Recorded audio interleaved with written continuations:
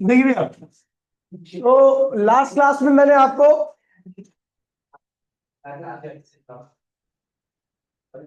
Stress और strain बताया था, ठीक है। स्ट्रेस बताया था restoring force per unit area, और स्ट्रेन बताया था रिलेटिव चेंज, ठीक है। स्ट्रेन एक यूनिटलेस क्वांटिटी था और डायमेंशनलेस, ठीक है। और मैंने आपको बताया था 4 टाइप के आपके स्ट्रेन होते हैं, ठीक है। आज उनके बीच में रिलेशन लिखवाएंगे, लेकिन उससे पहले हम पढ़ेंगे हुक्स लॉ। हुक्स लॉ, तो हुक्स लॉ क्या कहता है, ठीक है। ये कहता है भैया, according to Hooke's law extension is directly proportional to load applied. क्या ना, किसी भी स्प्रिंग के अंदर या किसी भी चीज के अंदर एक्सटेंशन हो रहा है, ठीक है भैया, तो वो हमेशा लोड या फोर्स के डायरेक्टली होता है। जितना ज्यादा आप फोर्स लगाओगे, सिलेंडर है, सिलेंडर नापने वाली जो स्प्रिंग होती है, अगर आप ज्यादा भारी सिलेंडर लगाओगे यानी ज्यादा लोड अप्लाई करोगे तो स्प्रिंग के अंदर एक्सटेंशन क्या मिलेगा, आपको ज्यादा मिलेगा। और अगर आप कम लोड अप्लाई करोगे तो एक्सटेंशन भी क्या आएगा, कम आएगा, ठीक है भैया। तो इसे कहते हैं हुक्स लॉ। लेकिन ये चीजें क्या होनी चाहिए, with in elastic limit. Elastic limit मैंने कहा थी कल, करा था कल इलास्टिक लिमिट लास्ट में, लिमिट कराई थी नहीं, वो मतलब एक अलग टॉपिक है, लिखवाना है, ठीक है। समझो समझो, उसको छोटा सा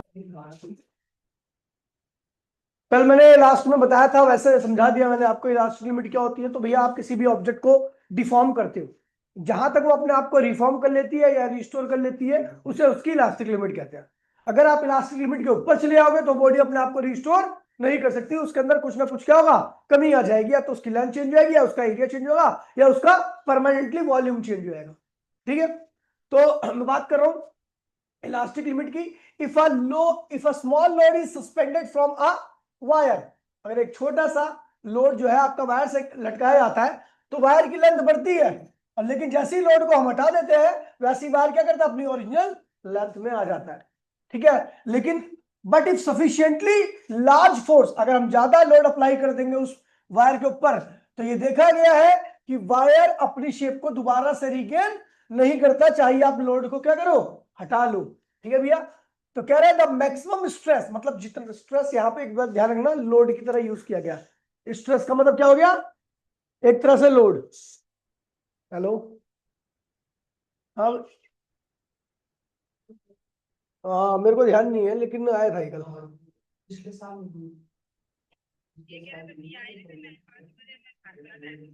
नहीं, ऐसा तो नहीं है, नहीं आया था, आया था, देखा था मैंने, लेकिन उसके बाद नहीं देखा मैंने, क्योंकि क्लास लेने लगा था फिर मैं। जी, नहीं नहीं, 10वीं क्लास है उसकी। हाँ जी, ठीक ठीक ठीक।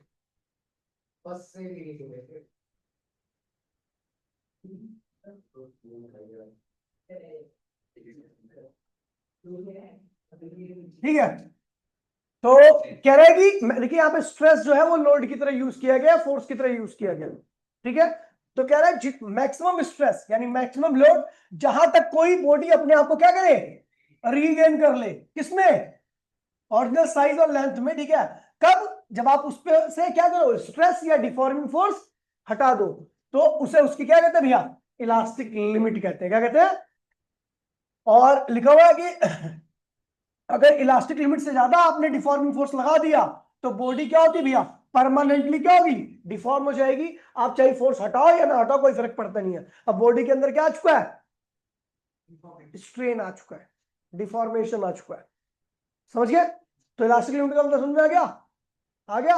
आगे बढ़े, तो इलास्टिक लिमिट क्या होती है भैया, आप किसी बॉडी के ऊपर फोर्स लगाओ और फोर्स हटाओ, तो बॉडी यदि अपने आप को रिगेन कर ले रही है, तो इसका मतलब आप उसके इलास्टिक लिमिट के अंदर हो।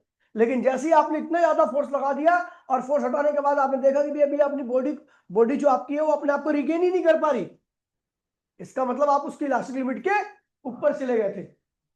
इसका आप उसकी इलास्टिक लिमिट के क्या चले गए थे, ऊपर चले गए थे, बॉडी अपने आप को रिगेन नहीं कर पाएगी। और बॉडी क्या होती है, परमानेंटली सेट या डिफॉर्मेशन आ जाती है उसके अंदर। ठीक है भैया, जब तक आप इलास्टिक लिमिट के अंदर रहोगे तब तक बॉडी अपने आप को क्या करेगी, रिस्टोर कर लेगी, रीगेन कर लेगी। लेकिन जैसे ही आप इलास्टिक लिमिट के ऊपर गए, बॉडी अपने आप को रिस्टोर अब नहीं कर पाएगी। आपके फोर्स हटाने के बाद भी, स्ट्रेस हटाने के बाद भी आपको दिखेगा बॉडी के अंदर कुछ ना कुछ चेंज आ चुका है।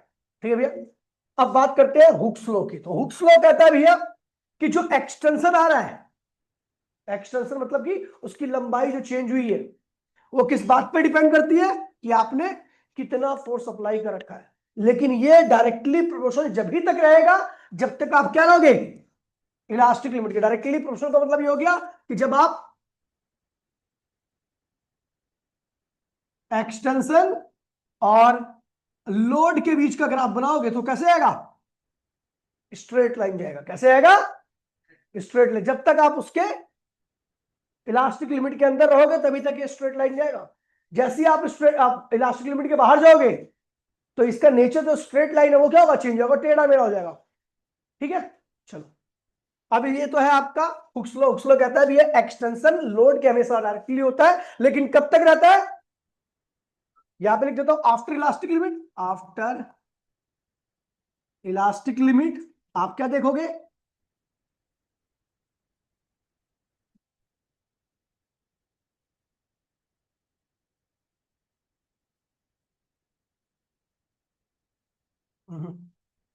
इलास्टिक लिमिट, आप इसी ग्राफ को देखोगे कि ये ग्राफ क्या हो चुका है, लोड और स्ट्रेस एक्सटेंशन के बीच का जो ग्राफ है वो पहले तो सीधा गया, लेकिन जैसे ही इलास्टिक लिमिट के ऊपर गया तो ग्राफ क्या होगा, टेढ़ा मेढ़ा जाएगा, सीधा नहीं जा सकता। ठीक है भैया, तो ये है आपका हुक्स लॉ। लेकिन एक यंग थे, यंग नाम के साइंटिस्ट, उन्होंने भैया हुक्स लॉ को थोड़ा मॉडिफाइड किया, चेंज किया थोड़ा सा। तो आप कर रहे हैं भैया modified form of Hooke's law.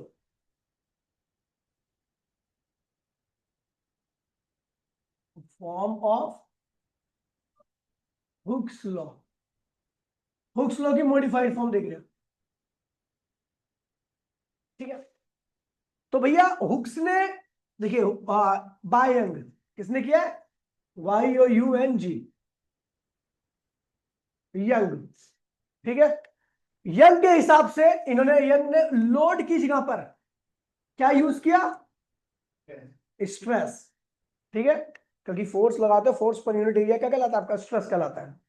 और एक्सटेंशन की यहां पे, एक्सटेंशन की यहां पे change, relative change, relative change, जिसको आपने एक नाम से और जाना था, किसके नाम से जाना था, स्ट्रेन। ठीक है, तो according to Young, according to Young, stress is directly equal to strain. आप जितना ज्यादा स्ट्रेस अप्लाई करोगे बॉडी के अंदर उतना ही ज्यादा क्या आएगा, स्ट्रेन आएगा। समझ गए। अब इस प्रोपोर्शनलिटी साइन को हटाने के लिए स्ट्रेस इज इक्वल्स टू में ई टाइम्स ऑफ स्ट्रेन, वेयर ई क्या है, प्रोपोर्शनैलिटी कांस्टेंट। लेकिन इस कांस्टेंट का एक और नाम है, इसे कहते हैं मॉडुलस ऑफ इलास्टिसिटी। क्या कहते हैं इसे, मॉडुलस ऑफ इलास्टिसिटी। अब इसका काम क्या, तो इसके काम के बारे में भी आपको थोड़ी देर बाद पता लग जाएगा। पहले भी मैं इसको साइड में लिख देता हूं। ठीक है, तो ई की वैल्यू क्या होगी, स्ट्रेस अपॉन में क्या हो जाएगा, स्ट्रेन।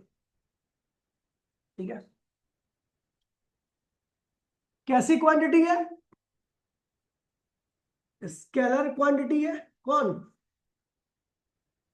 Modulus of elasticity. ठीक है, अच्छा यहां पे एक बात ध्यान रखना, अगर ये दोनों डायरेक्टली हैं, अच्छा कहां तक डायरेक्टली होंगे, ये डायरेक्टली कहां तक होंगे बताओ, with in, with in elastic limit. मतलब आपको इतना फोर्स नहीं अप्लाई करना है कि इसका जो ये प्रोपोर्शनलिटी वाला नेचर है वो क्या हो जाए, खत्म हो जाए, बॉडी के अंदर परमानेंट क्या आ जाए, चेंज आ जाए। ठीक है, विद इन इलास्टिक लिमिट। और यदि आप यहाँ पे ग्राफ बनाते हो, ठीक है, तो आप देखोगे ये है आपका स्ट्रेस और ये है आपका strain with in elastic unit. अगर आप ग्राफ बनाओगे तो ग्राफ कैसे आएगा, स्ट्रेट जाएगा। और दूसरी बात, अब मैं यहाँ पे आपको इसके रिलेटेड चीजें बता देता हूँ, ठीक है। अगर मैं यहाँ पे इसको ऐसा कर दूं तो क्या बन गया, ट्राइंगल बन गया। ये क्या बन गया इसका, स्लोप क्या बन गया। हम निकाल रहे हैं भैया slope of stress strain graph. तो भैया स्लोप का मतलब क्या होता है, टेन थीटा। ठीक है भैया, स्लोप का मतलब क्या होता है, टेन थीटा।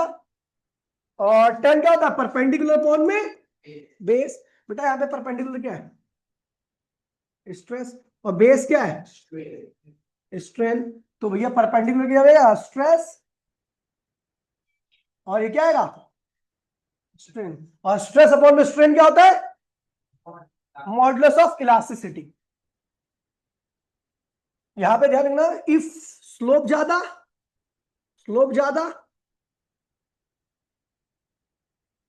तो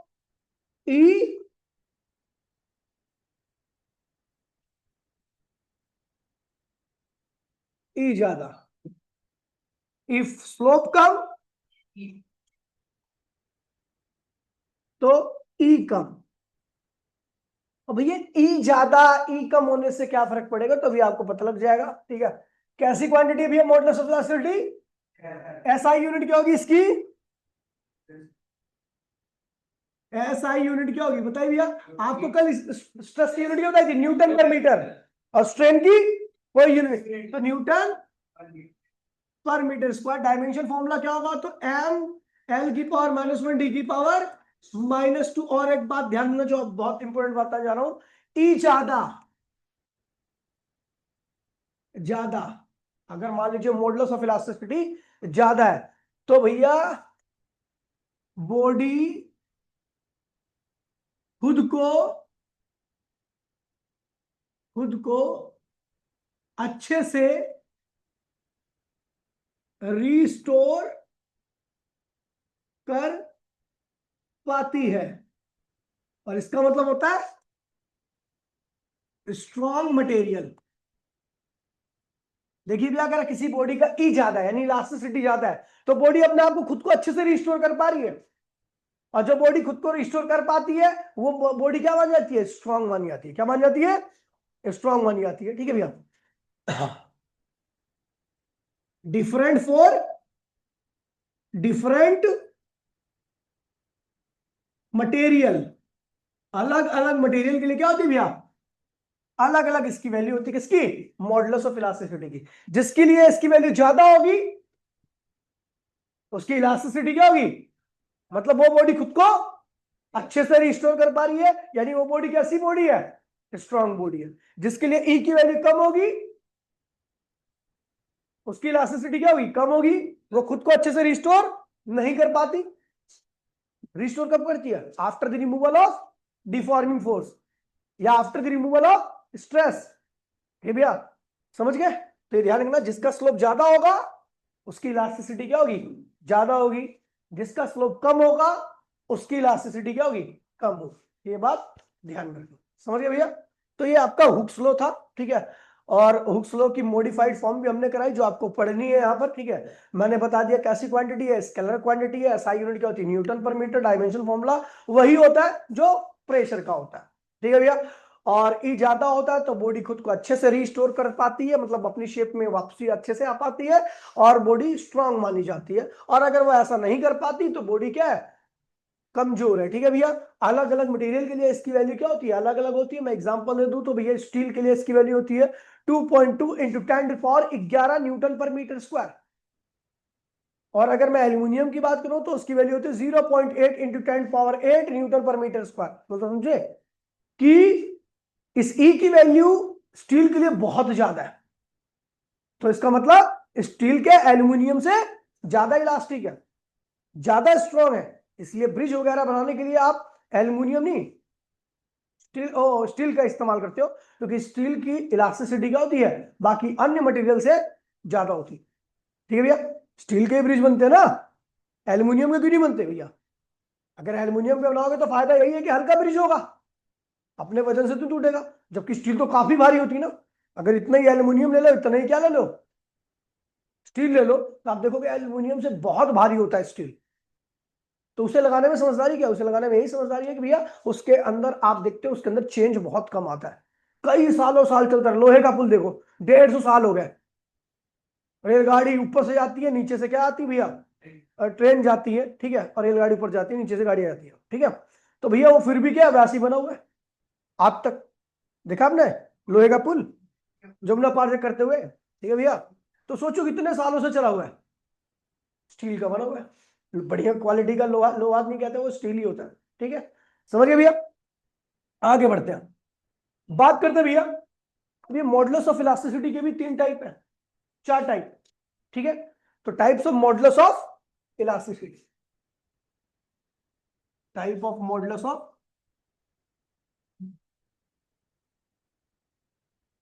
type of modulus of elasticity. अगर मैं मॉडुलस ऑफ इलास्टिसिटी के टाइप की बात कर रहा हूं, तो भैया इसके पहला टाइप है भैया यंग मॉडुलस ऑफ इलास्टिसिटी। इसको लिखते हैं भैया हम वाई से। किससे लिखते हैं? वाई से, ठीक है। ये किसके लिए वैलिड होता? Valid only for, valid only for solid. केवल अगर मैं मॉडुलस ऑफ इलास्टिसिटी की बात कर, यंग मॉडुलस ऑफ इलास्टिसिटी की बात कर रहा हूं, तो इसका मतलब समझ जाना मैं किसकी बात कर रहा हूं, सॉलिड की। लिक्विड और गैस के केस में नहीं चलता ये, ठीक है। दूसरा आ रहा आपका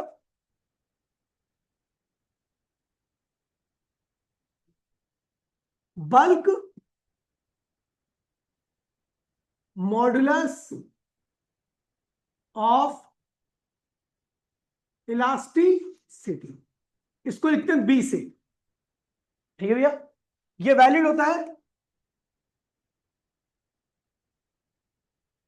वैलिड ओनली फॉर, भैया valid for solid, liquid,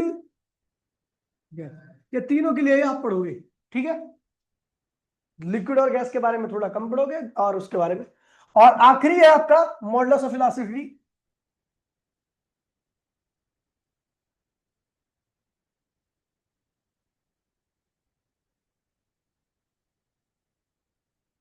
sharing modulus of elasticity, और इसको हम लिखते हैं कैपिटल जी से, ठीक है।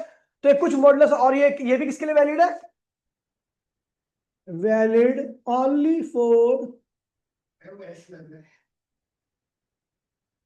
कहां ऐसा लग रहा है? वो एस तो ऐसे बनते ही नहीं है, अब तो ही बनाता होगा।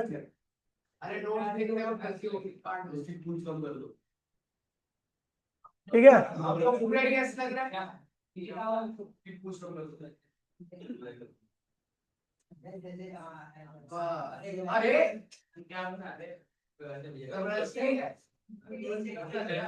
बस उससे ज्यादा नहीं बन सकता मेरे से, ठीक है भैया, बस, ठीक है।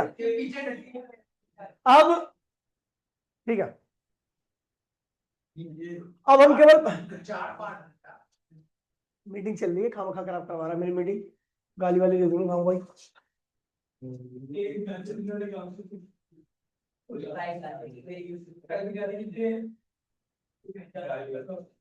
Young modulus of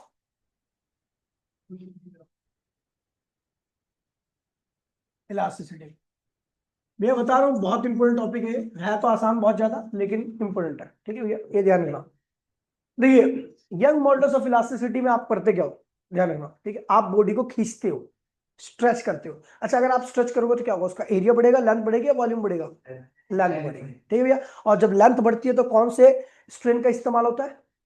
longitudinal strain, ठीक है। और जो फोर्स लगता है वो एरिया के क्या लगता है, परपेंडिकुलर। जो अब मैंने ये देखो ऐसे बताया था, ये आपकी बॉडी जिसको आप खींच रहे हो,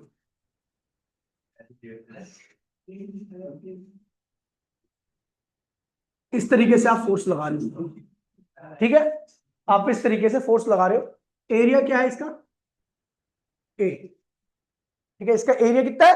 ए। ठीक है, इसकी लेंथ एल थी, ठीक है, अभी चेंज होगी कितनी होगी, डेल्टा एल, इतनी चेंज हुई है, जो जो डॉटेड लाइन है उसके बाद चेंज हुई आपकी लेंथ, ठीक है। तो यहाँ पे स्ट्रेस कितना है, स्ट्रेस क्या है, स्ट्रेस क्या होगा बेटा, लेकिन ये जो स्ट्रेस बोलोगे ना स्ट्रेस, तो इसमें फोर्स एरिया के क्या लग रहा है, नॉर्मल लग रहा है, क्या लग रहा है, परपेंडिकुलर लग रहा है, तो इसे कहते हैं नॉर्मल स्ट्रेस, क्या कहते हैं इसे, नॉर्मल स्ट्रेस, क्योंकि फोर्स एरिया के परपेंडिकुलर है, तो नॉर्मल स्ट्रेस की वैल्यू क्या है, फोर्स अपॉन में एरिया, और स्ट्रेन कौन सा आ रहा है, लॉन्गिट्यूडनल स्ट्रेन, क्या है, डेल्टा एल अपॉन में एल।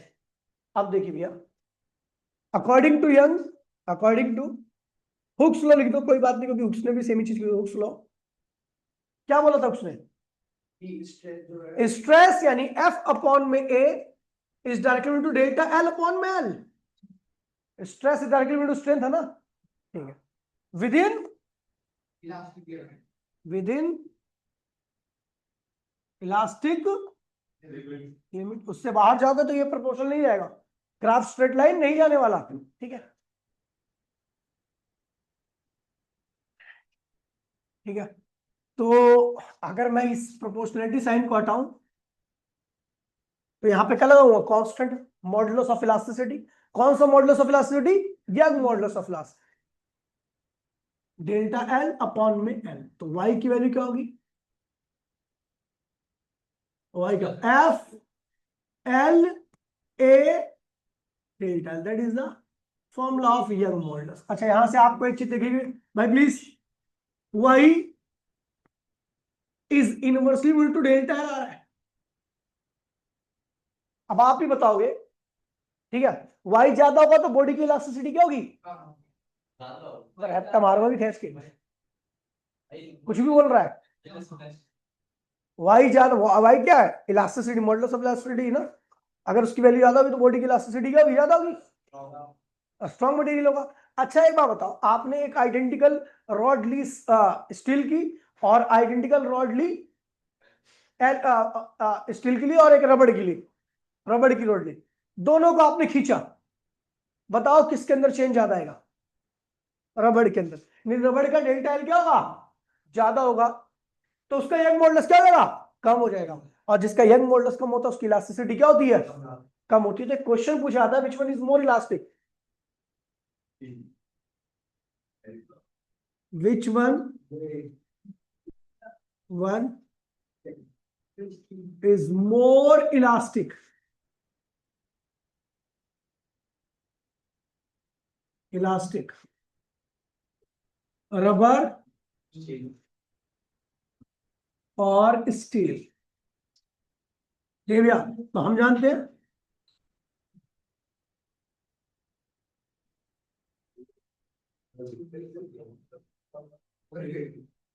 फॉर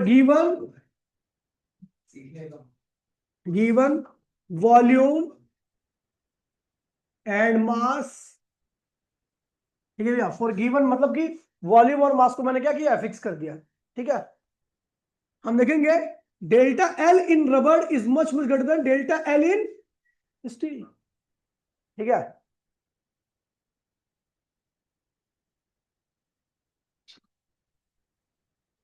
ऑब्जर्वेशन हमने क्या देखा, कि हम देखेंगे जब गिवन वॉल्यूम और गिवन मास की, अगर मैं रबड़ और स्टील की रॉड लूं और उनको खींचूं, तो आपको दिखेगा कि रबड़ के अंदर चेंज क्या आएगा, ज्यादा आएगा, और स्टील के अंदर क्या आएगा, so Young modulus of rubber is much much less than Young modulus of steel, so steel is, हम जानते हैं steel is more elastic,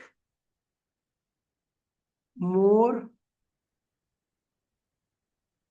elastic than rubber, समझ गए भैया। यहां से हमने प्रूफ कर दिया भैया कि रबर से ज्यादा इलास्टिक कौन होता है, स्टील होता है, ठीक है भैया। खैर इसको मैथमेटिकली भी कर सकते हो आप, ठीक है, यंग मॉडुलस का फॉर्मूला इस्तेमाल करके, लेकिन उसमें ऑब्जर्वेशन ही इन्वॉल्व रहेगी रहेगी, बगैर ऑब्जर्वेशन के आप नहीं कर सकते, ठीक है भैया। चलो आगे बढ़ते भैया, अब इसके कुछ क्वेश्चंस देखते हैं।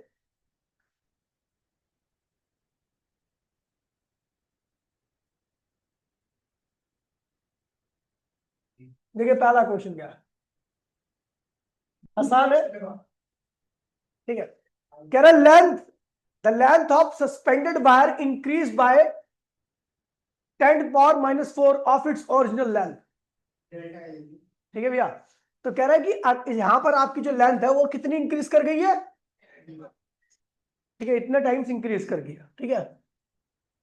लेंथ, स्ट्रेस कितना लगा हुआ है, 10⁻⁷, ठीक है भैया। तो आपको निकालना है young modulus of material, 2003 compartment 2005 compartment में आया था, ठीक है। तो लेंथ ऑफ, लिखा हुआ length of suspended wire increase by 10⁴, इसका मतलब ये हुआ कि जो चेंज आया है उसका रेशियो देखो तो कितना आ रहा है भैया, 10⁻⁻⁴ आ रहा है। इतने में इतनी इंक्रीज कर गई है, रिलेटिव चेंज की बात कर रहा है, क्या बोल रहा है, यह है क्या, इसका मतलब ही क्या है, ये है रिलेटिव चेंज। और रिलेटिव चेंज का मतलब क्या होता है, स्ट्रेन, क्या होता है,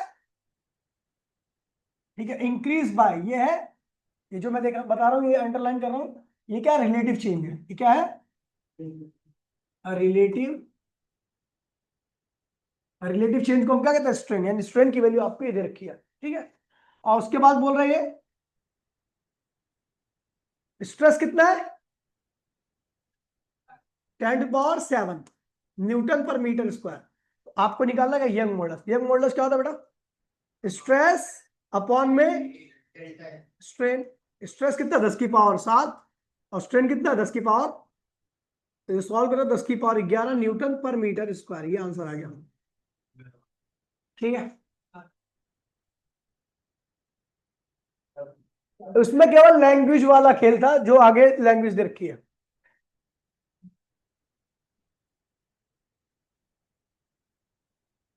देखिए ये क्वेश्चन देखिए, कह रहा था structural steel rod has a radius, radius कितनी रखी हुई है, 10 mm, यानी इतना मीटर,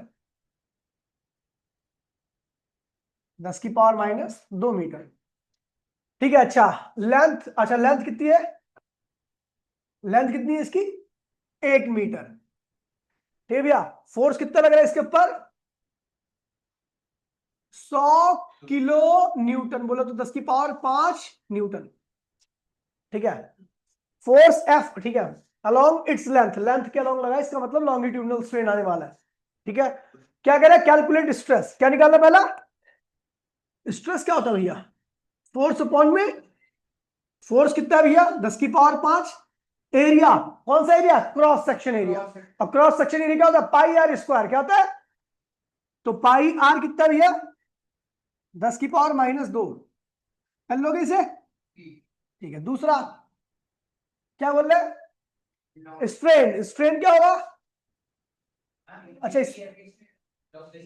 एलोंगेशन, डेल्टा एल निकालना है, एलोंगेशन निकालना है, डेल्टा एल, डेल्टा एल क्या होगा, तो चलो भैया अगर आपको बता दूं तो भैया यंग मॉडुलस क्या होता है, स्ट्रेस अपॉन में स्ट्रेन, स्ट्रेन क्या होता है, डेल्टा एल इंटू में एल, डेल्टा एल अपॉन में एल होता है ना, तो मैंने अपॉन वाला एल ऊपर लगा दिया। यंग मॉडुलस कितना रखा है, 2 × 10⁻11, स्ट्रेस आपने कितना निकाला है, 10⁻5 डिवाइड बाय π10⁻⁻² का होल स्क्वायर, ये हो गया भैया स्ट्रेस।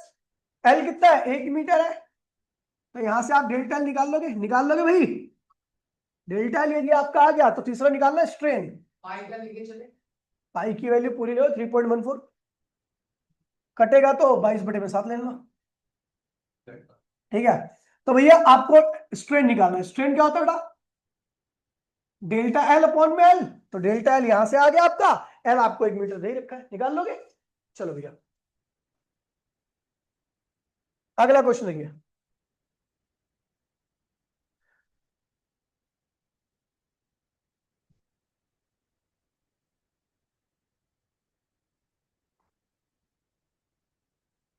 क्या कह रहा है, what is the percentage increase in length, percentage कैसे निकालते हो, चेंज इन लेंथ अपॉन में ओरिजिनल लेंथ इनटू में 100, ये तो निकाला, स्ट्रेन निकालो, गुणा 100 कर दो, ठीक है।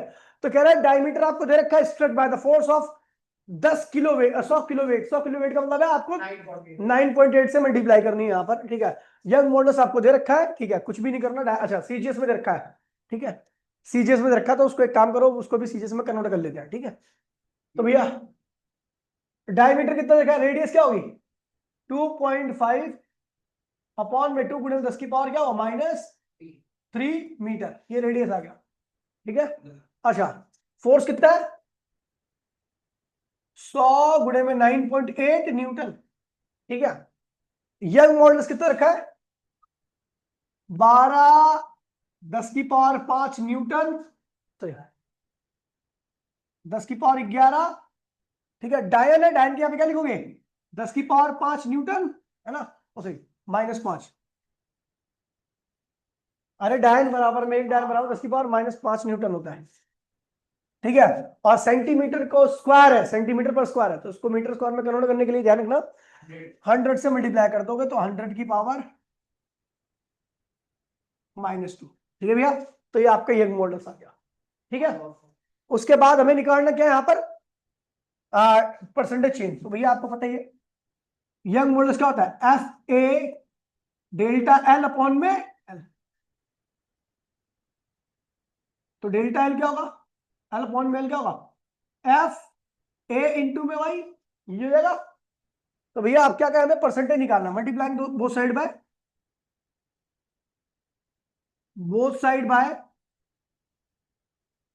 100, दोनों साइड में 100 से मल्टीप्लाई कर दो, तो क्या होगा भैया डेल्टा एल अपॉन में एल गुणे में 100, और ये क्या होगा एफ ए वाई इंटू में 100, ये भैया ये क्या आ गया परसेंटेज चेंज इन लेंथ, ये क्या आ गया percentage change in length. Solve कर लो, आपको आंसर आ जाएगा, कर लोगे हाँ चलो।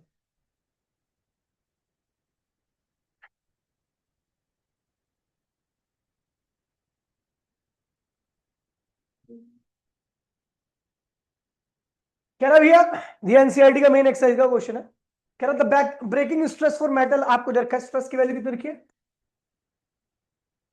मतलब ये वो स्ट्रेस है जिसके बाद बॉडी क्या होती है टूट ही जाती है, ठीक है।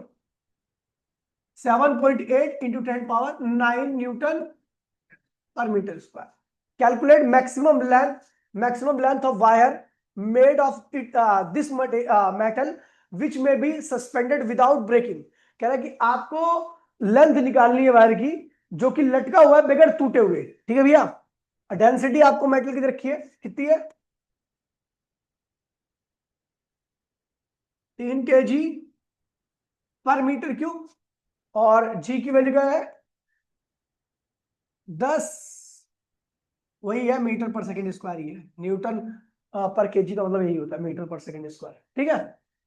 तो भैया आपको यहां पे निकालना क्या है, आपको मैक्सिमम लेंथ निकालनी है। तो एक बात बताओ, दिमाग लगाना, कोई चीज अगर लटकी है, ये वायर अगर ये लटका हुआ है, ठीक है? इसकी मुझे मैक्सिमम लेंथ निकालनी है, इसकी मैक्सिमम लेंथ निकालनी है, टूटा नहीं है। अच्छा टूटेगा क्यों है वायर, इसमें तो फोर्स भी लगा रहा है उसका खुद का वजन ज्यादा होगा। कोई चीज बहुत लंबी होती है ना, आप देखो कोई चीज रस्सी वस्सी खींचो तो आपको दिखेगा उसकी लंबाई क्या होती है, जब बढ़ती है तो उसका फोर्स भी क्या होता है, उसका वेट क्या होता है बढ़ जाता है ना। कोई लंबी चीज होती है तो उसका वेट क्या होता है बढ़ जाता है। तो ये अपने वेट की वजह से टूट रही है, किसकी वजह से टूट रही है, ठीक है। हाँ भाई, हाँ बोल, क्या कह रहा है, क्यों भाई क्या हुआ, कहाँ पे नहीं है, कहाँ पे नहीं है तो बता। अभी रुक जाओ 2 मिनट में तेरे को कॉल करता हूँ, ठीक है। ठीक। हाँ भैया।